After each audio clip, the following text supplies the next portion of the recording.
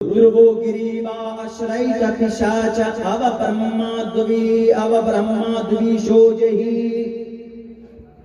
अब ब्रह्माद्वीशो। जो आदमी ब्रह्मा को ना माने, परमात्मा के संविधान को ना माने, द्वीशो जहि, उसका गर्दन उड़ा दो। यजुर्वेद में गर्दन उड़ा दो।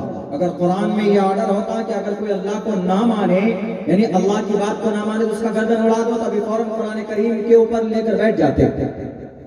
मीडिया में सबसे पहले सारे जितने भी ये बेजमीन मीडिया वाले हैं, ये कुरान करीम को लेकर आते हैं। देखिए कुरान करीम में कहा कि जो अल्लाह को ना माने उसकी गर्दन मार दो। देखिए कुरान में लिखा हुआ। हम आज तक वाले, एबीपी वाले, एनडीटीवी वाले, फला जितने भी हैं, हम नहीं मानते हैं अल्लाह को, तो हमारी गर्दन मार दो। ये फौरन पंचायती लेकर बैठते कुरान करीम पर एतराज दर एतराज, कहीं प्रोटेस्ट करने न लग जाते कि कुरान में यह आयत है जो जिसका बिल्कुल गलत मतलब है। लेकिन ये यजुर्वेद में है, यजुर्वेद में है आवा ब्रह्मा को जो ना माने तो वम तूर्य तरुष्य अब ब्रह्मा द्विशो जहि। द्विश मतलब दुश्मन, नफरत करने वाला, द्विश न मानने वाला। जो परमात्मा को ना मानने उसको मार दो। यहाँ लेकिन मारने का मतलब नहीं करेंगे। यहाँ पर पंडित केवल आनंद जोशी ने कहा है कि इसका मतलब यह है कि जो आदमी परमात्मा को नहीं मानता है तो वो परमात्मा का सच्चा नहीं है, वो परमात्मा का आस्तिक नहीं है, नास्तिक है। उससे नफरत करो। ये परमात्मा को क्यों नहीं मानता? इसीलिए हमारा कुरान किसी गलत हुक्म को लोगों कोई गलत हुक्म, कोई गलत फैसला कुरान लोगों के को नहीं पेश करता है, मजबूर नहीं करता, बल्कि इस कुरान को जो मानता है, इस कुरान पर जो विश्वास रखता है, इस कुरान के एक हर्फ के पढ़ने पर 10 नेकी है। एक नेकी गुना उसका 10 नेकी के बराबर है, एक हर्फ के पढ़ने पर। मन क़रा हरफन मिन किताबिल्लाह फलहु बिही हसनतुन वल हसनतु बिअशरि अमसालिहा रवाहुल बुखारी। अल्लाह के नबी फरमाते हैं कि अगर कुरान के कोई एक हर्फ को पढ़ता है तो 10 नेकी मिलती है।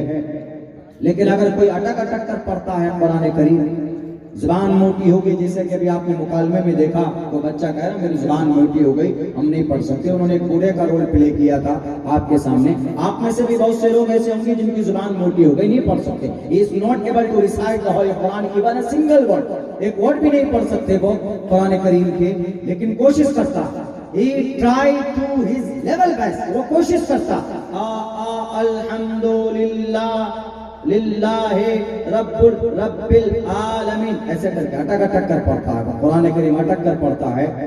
मुस्तनद रिवायत में है ये बात कि अल्लाह तबारक व तआला इतने खुश होते हैं तो वहां उसको एक हर्फ पर 10 नेकी नहीं, एक हर्फ पर 20 नेकी अता फरमाता है।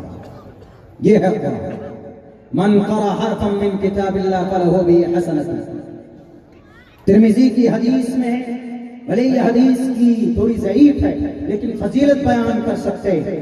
अल्लाह के नबी अलैहिस्सलाम फरमाते हैं, हजरत अली की रिवायत है कि हाफिज़ कुरान जहन्नमी, जिन पर जहन्नम मौजूद हो चुकी है, उन जहन्नमियों को जहन्नम से उठाकर जन्नत में लेकर जाएगा।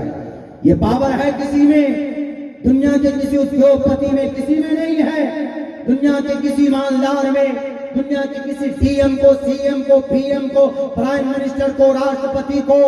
दुनिया में एक इशारे में दुनिया तुम्हारे कदमों में झूमती है, झुकती है, लेकिन कल कयामत में दुनिया अगर किसी के सामने, दुनिया रब के सामने झुकी हुई होगी, लेकिन रब जुल जलाल अगर किसी को एजाज से नवाजेगा तो यह हाफिज कुरान होगा जिनके सीने में कुरान करीम है।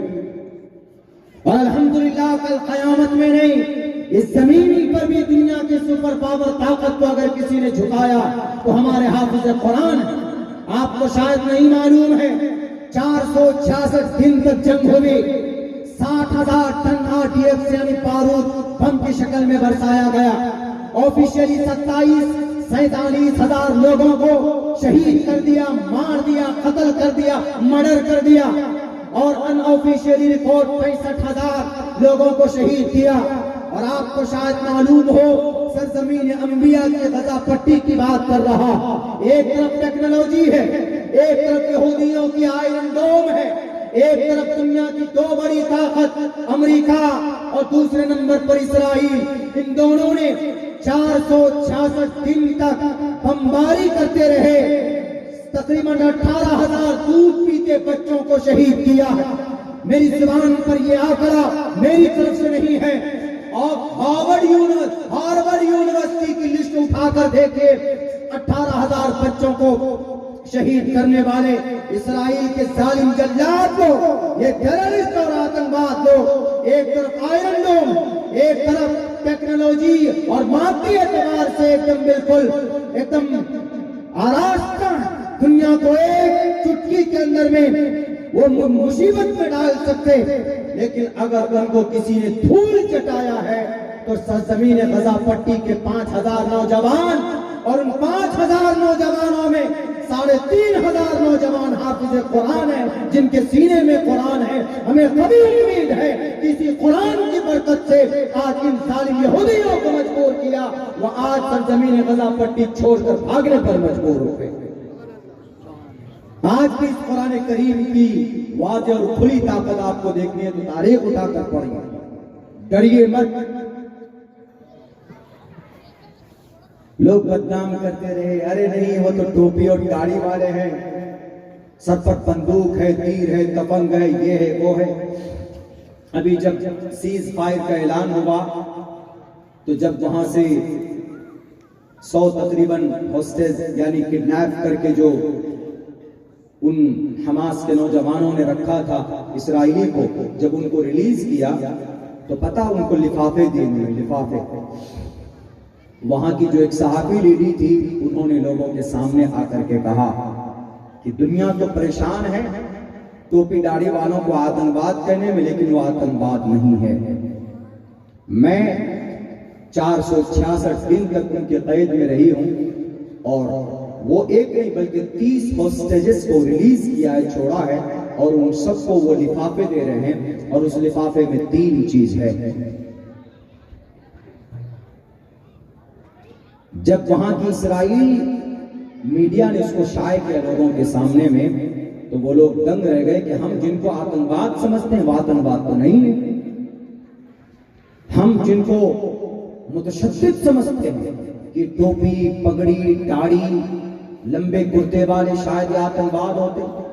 जैसा कि सन 2016 में इस देश के अंदर एक बड़ी तंजीम के प्रमुख ने हमसे कहा था, you look like a terrorist, तुम आप तो मौलाना साहब हैं और आप तो वैसे ही दिखते हैं एक आतंकवाद की तरह।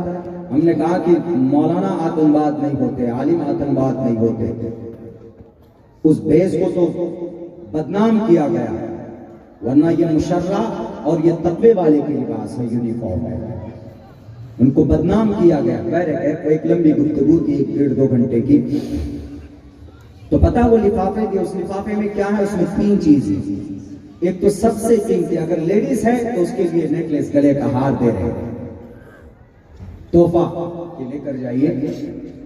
और दूसरी चीज, शुरू से लेकर जिस दिन से किडनैप हो उस दिन से लेकर आखिर तक उनको उनका फोटो है पूरा क्लिक करके भेजना है कि आपको कोई कमी तो नहीं है, कहीं किसी जगह पर चेहरे पर या बदन के किसी हिस्से पर कोई जख्म या चोट के कोई निशान तो नहीं, उनकी शख्स उनके फोटो लिए गए, कहां पर रह रहे, क्या खिला रहे, सारी चीजें। ये 2 चीज, एक मोहर हमास के नौजवानों ने अपनी तंजीम की मोहर डाली कि ये लीजिए, ये हमारा शांति का पैगाम है कि हमारी तंजीम आतंकवाद नहीं है, क्योंकि हम कुरान से मोहब्बत करने वाले, नबी की सुन्नत के मुताबिक जिंदगी गुजारने वाले हैं। जब वो लेडीज की उसकी शक्ल देखकर उनके माँ बाप ने उनसे पूछा कि तुम इतनी हेल्दी कैसे हो गई, उन्होंने कहा कि हमें इतना अच्छा खाना खिलाया उन्होंने, ये पूरे 400 दिन तक, 466 दिन तक हमने आज तक अपनी जिंदगी में इतना उम्दा खाना नहीं खाया, लेकिन उन्होंने हमें इतना उम्दा खाना खिलाया। कुरान के मानने वाले कभी आतंकवाद नहीं हो सकते, इसलिए कुरान पर एतराज करने से पहले, पढ़ने समझने से पहले, टिप्पणी करने से पहले इसको पढ़ा जाए। मेरे हिंदू भाइयों, इसीलिए तो कहा है ना श्रीमद् भगवद गीता के अंदर श्री कृष्ण जी ने तस्मात् चास्तरम परमाणं कार्य अकार्य व्यवस्थितो ज्ञातवा शास्त्र विधानोक्तम कर्म कर्तुम अर्हसि। आपको अपनी जिंदगी में क्या करना है क्या नहीं करना है शास्त्र से पूछो, किसी नेता से, किसी उद्योगपति से, किसी दुनियादार से मत पूछो। ये शास्त्र विधि मुत्सरज्य वर्तते काम कार्ता न सिद्धिम आपनोति न सुखम न पराम गतिम।